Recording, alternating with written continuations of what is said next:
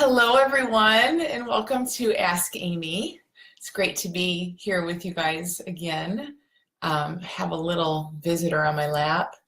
I have to hold her because she's laying on my couch and whimpering a lot. She's a little needy today, so we're just gonna invite Buddha to the party. So I have a great question today that I'm really excited. Was super happy to get this a week or so ago. Because it's on the topic of gratitude, and this is the month for that. This is the week for that. Here in the U.S., it's our Thanksgiving holiday coming up, and there's a lot of talk about feeling grateful and practicing gratitude, and I'm always so interested in the difference, kind of the distinction between practicing gratitude and just feeling gratitude. You know, we can do a practice, and that might produce some kind of feeling, but there's other ways that we get feeling, not through practices. There's feeling that just naturally arises up within us, and gratitude is one of those. It's one of those that I tend to kind of bunch all together when I talk about things, and talk about love and peace and clarity, and I talk about habit freeness and, whatever that is in that home-based place. And gratitude is one of those things that when our mind gets quiet, we naturally feel gratitude because it's there already. We don't have to do anything to make it show up. So let me get to the question before I go into my tirade. I have it on my email today. So it's a great question from Bo. So Bo asks, "Hi, Amy. This has been on my mind with the Thanksgiving holiday coming up. I know I should feel more grateful. I practice gratitude and try to feel grateful, but my mind focuses a lot more on what I don't want and what I don't like rather than what I do want and I do like. How can I turn this around and feel more gratitude for the good rather than focusing on the negative?" Such a good question.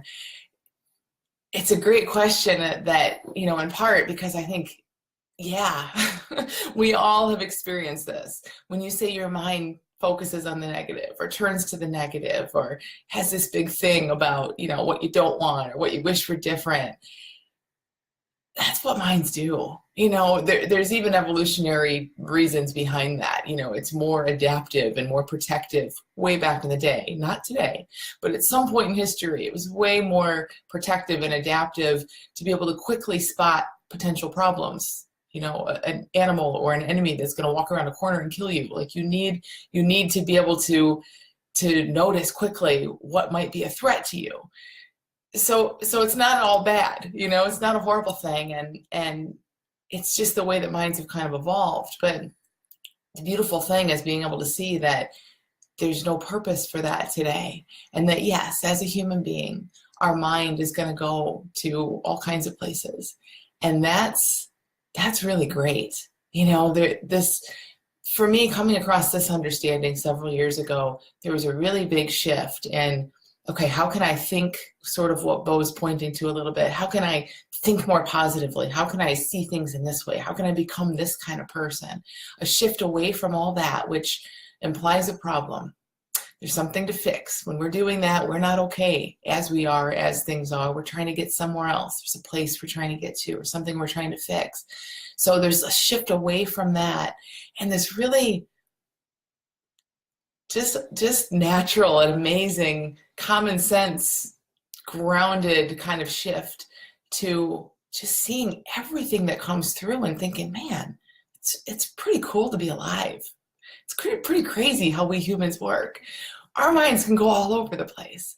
And if you aren't taking it so seriously, and I mean everyone, if we aren't thinking it's meaningful, thinking that we need to change it, worrying that it's going to be stuck there, and if we feel bad, we're going to feel bad forever, if all of that stuff, you've seen through that, and that just isn't there, then a mind fixating on something that we don't want in life, producing a feeling that we aren't really comfortable with, is kind of a cool thing. And in a sense, this is kind of extreme, I know, but it's kind of an opportunity.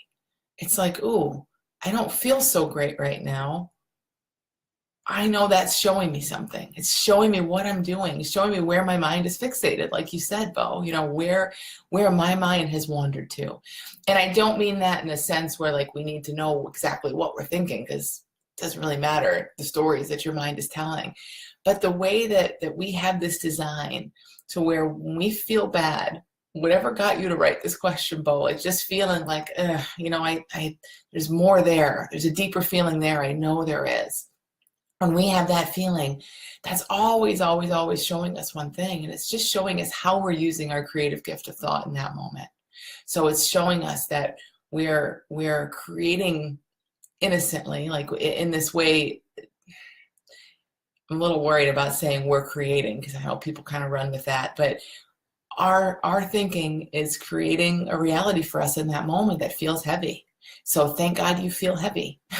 You're supposed to feel heavy physically, emotionally, because it wakes you up to that, so that you don't keep going down that path, because you don't need to. So let's get back to Bo's question a little. So Bo, when you say, you know, your mind wanders to these negative things, and you know you should feel more grateful, you're seeing intellectually, and you know there's a lot to feel grateful for. There's so many wonderful things in life, but you just aren't feeling it. I think we all have moments like that, you know, sometimes long moments, but what really, again, kind of helps me in that is seeing like, all right, I know that life isn't the problem. Out there isn't the problem. I'm not the problem. If I'm not feeling in awe of life, which I'm not a lot, I just have a different, I'm kind of caught up in the illusion. You know, I'm in my own little personal reality, which isn't always wonderful. No one's is. But again, it's like that, just that invitation to kind of say, oh, okay, I'm in the movie right now. I'm in the illusion right now. I'm not seeing life as it is. And that's fine. There's, you know, again, it's just part of being human. It's like my mentor likes to say, you can't have an inhale without an exhale. It's like saying, oh, I love that inhale, but I hate that exhale. It doesn't work that way. Our mind goes to positive, negative, grateful, dissatisfied, you know, all the time. And if we can just see, okay, when we're clear, when our mind is quiet, gratitude is there. And when gratitude isn't there, our mind just isn't quiet. And there's not a problem in the world with that. Then see what happens. Really be in that place and see what happens, because then you're just a container. You're just life, and stuff's moving through, and it's all okay.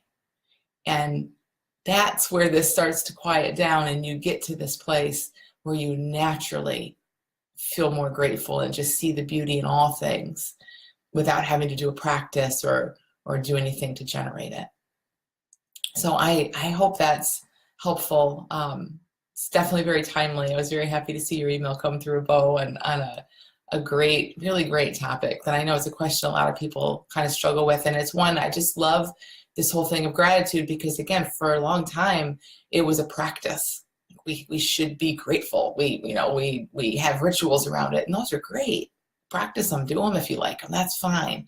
But I love any opportunity that lets us kind of flip things on its head and say, no, it's nothing we have to generate. It's there already. Because that keeps showing us more and more about what's true of all human beings, what it means to be human. So thank you so much. Happy holidays if you're celebrating a holiday this week. And if you have questions, please send them to AskAmy, the Little School of Big Change. And I'll be back here next Monday. Thank you.